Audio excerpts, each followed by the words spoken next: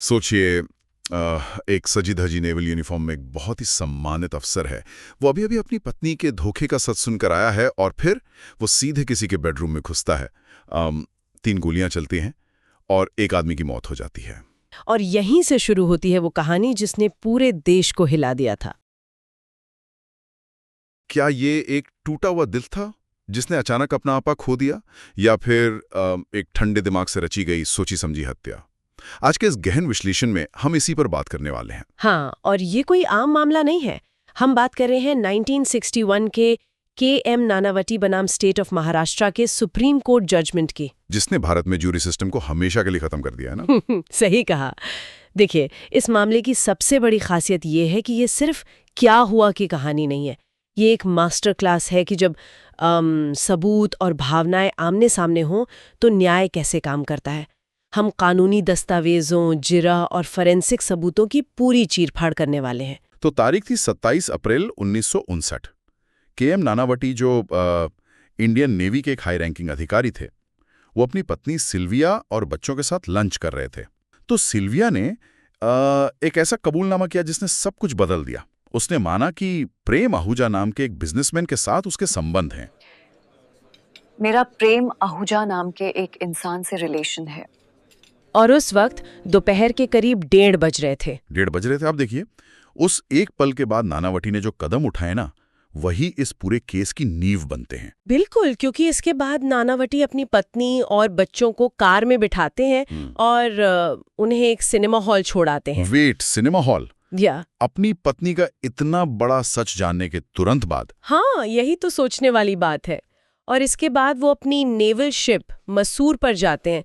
वहां जाकर वो एक बहुत ही विशिष्ट कहानी गढ़ते हैं। वो कुतिया वाली कहानी? एग्जैक्टली। वो अपने कमांडिंग ऑफिसर से कहते हैं कि उनकी पालतू कुतिया बीमार है और उन्हें रात में अहमदनगर जाना है, इसलिए सुरक्षा के लिए उन्हें एक रिवॉल्वर चाहिए।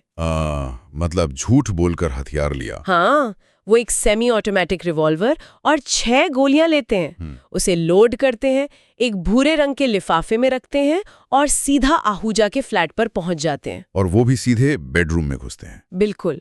और कुछ ही सेकंड बाद गोलियों की आवाज आती है। आहूजा मृत पाया जाता है। देखिए, ये घटनाक्रम मुझे बहुत खटकता है। हाँ। बचाव पक्ष ये साबित करने की कोशिश कर रहा था कि नानावटी ने भावनाओं में बहकर अपना आपा खो दिया था। हाँ, उनका डिफेंस यही था। लेकिन क्या एक इंसान जिसे अभी अभी अपनी जिंदगी का सबसे बड़ा धोखा मिला हो, वो इतनी सफाई से कुटिया की बीमारी का इतना सटीक बहाना बना सकता है? यही तो। मतलब बच्चों को सुरक्षित सिनेमा हॉल में बिठाना, शिप पर जाके झूठ बोलना, हथियार लेना, ये किसी ऐसे इंसान का व्यवहार नहीं लगता जिसका दिमाग काम करना बंद कर चुका हो। ये तो बहुत कैलकुलेटेड लगता है। और यही वो विरोधाभास था जिसने अदालत का ध्यान खींचा था। देखिए, नानावटी का बचाव ये था कि वो आहूजा को मारने नहीं गए थे।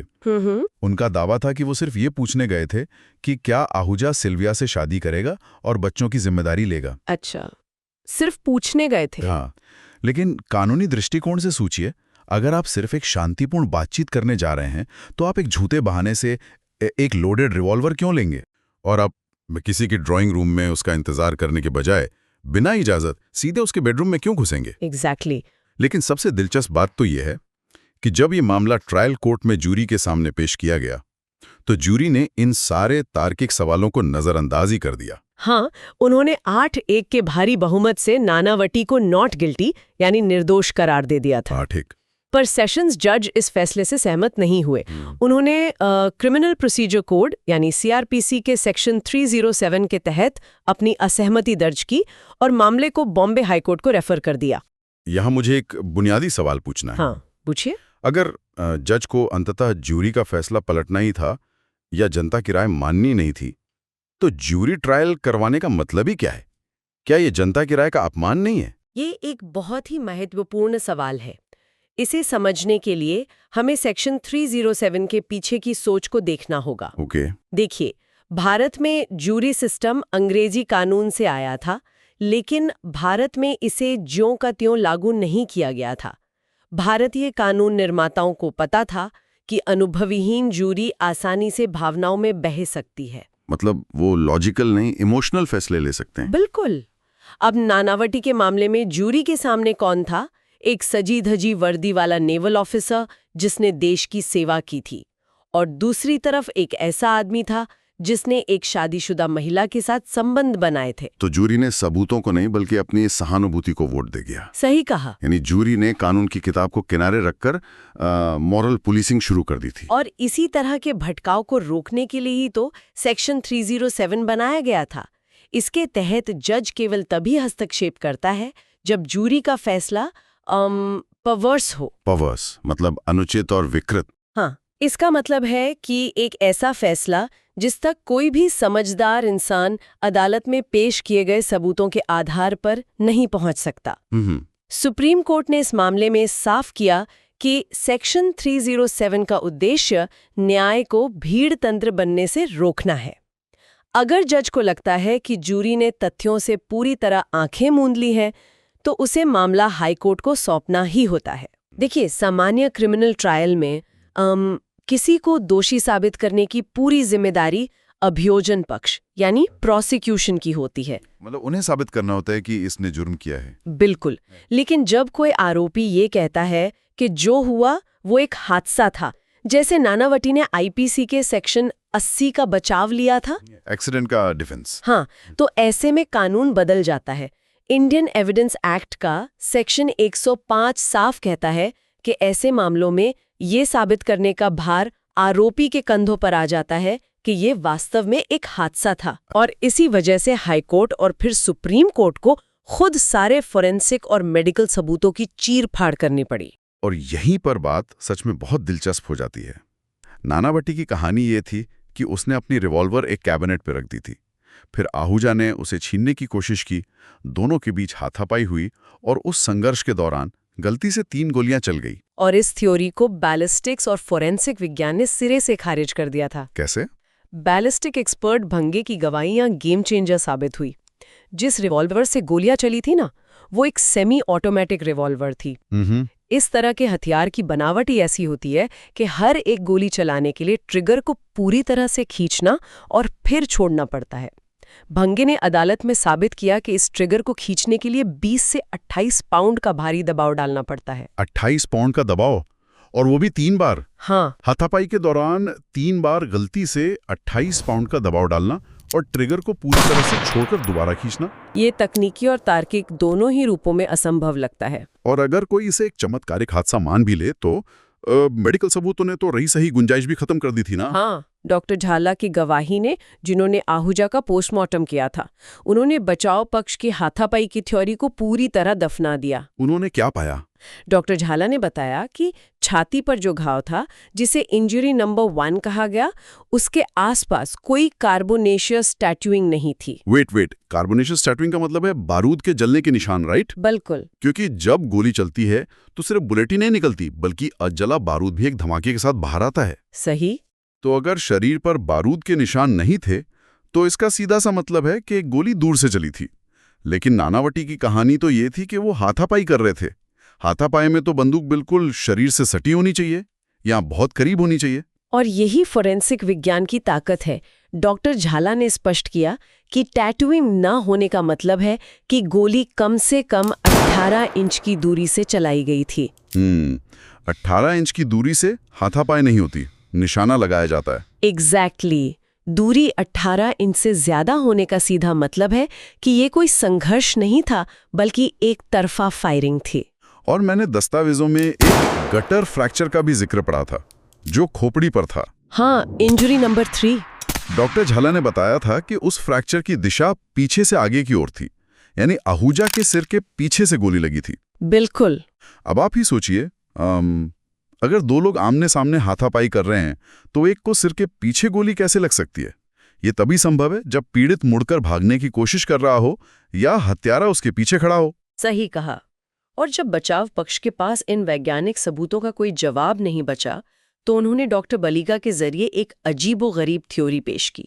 कौन सी थ्योरी? Ricochet theory. रिकोशेट मतलब टकराकर लौटी हुई गोली? हाँ, उन्होंने दावा किया कि शायद गोली किसी दीवार से टकराकर वापस लौटी और आहूजा के सिर में लग गई। अगर बाप रे, ये तो बिल्कुल फिल्मी हो गया। और सुप्रीम कोर्ट ने इस थ्योरी को पूरी तरह से काल्पनिक करार दिया। उस बेडरूम या बाथरूम में ऐसा कोई निशान मिला ही नहीं जहां से गोली टकराकर लौटी हो। और वैसे भी भौतिक विज्ञान के अनुसार एक रिकोशेट गोली में इतनी काइनेटिक एनर्जी बचती ही नहीं है कि वो खोपड़ी की बाहरी और भीतरी दोनों सख्त परतों को चकनाचूर कर दे। बिल्कुल। और इसके अलावा क्राइम सीन की तस्वीरें बहुत कुछ कह रही थीं। हाँ, वो तौलिया वाला पॉइंट, आहूजा के शरीर पर जो तौलिया लिपटा था वो अपनी जगह पर ही बंधा हुआ था। हाँ, और पास में उसका चश्मा भी सही सलामत पड़ा था। सोचिए, अगर जीवन मृत्यु का संघर्ष हो रहा होता, दो हट्टे-कट्टे लोग बंदूक के लिए लड़ रहे होते, तो क्या तौलिया नहीं खुल जाता? क्या चश्मा नहीं टूटता? ये सारी चीजें चीख-चीख कर कह रही थी कि ये कोई हाथापाई नहीं थी। अगर कोई ऐसी घटना घटे जो इतनी गंभीर और अचानक हो कि एक सामान्य इंसान अपना आत्मनियंत्रण पूरी तरह खो बैठे और उसी क्षण वो किसी की जान ले ले, तो उसे हत्या नहीं माना जाता। उसे गैर इरादतन हत्या की श्रेणी में रखा जाता है ना, जिसकी सजा काफी कम होती है। हाँ, culpable homicide not amounting to murder. देखिए, अदालत ने ये तो मान लिया था कि पत्नी का अवैध संबंधों का कबूलनामा एक गंभीर उकसावा था। हाँ, ग्रेव प्रोवोकेशन था। कोई भी पति ये सुनकर अपना मानसिक संतुलन खो सकता है, लेकिन कानून में सिर्फ गंभीर होना काफी नहीं है।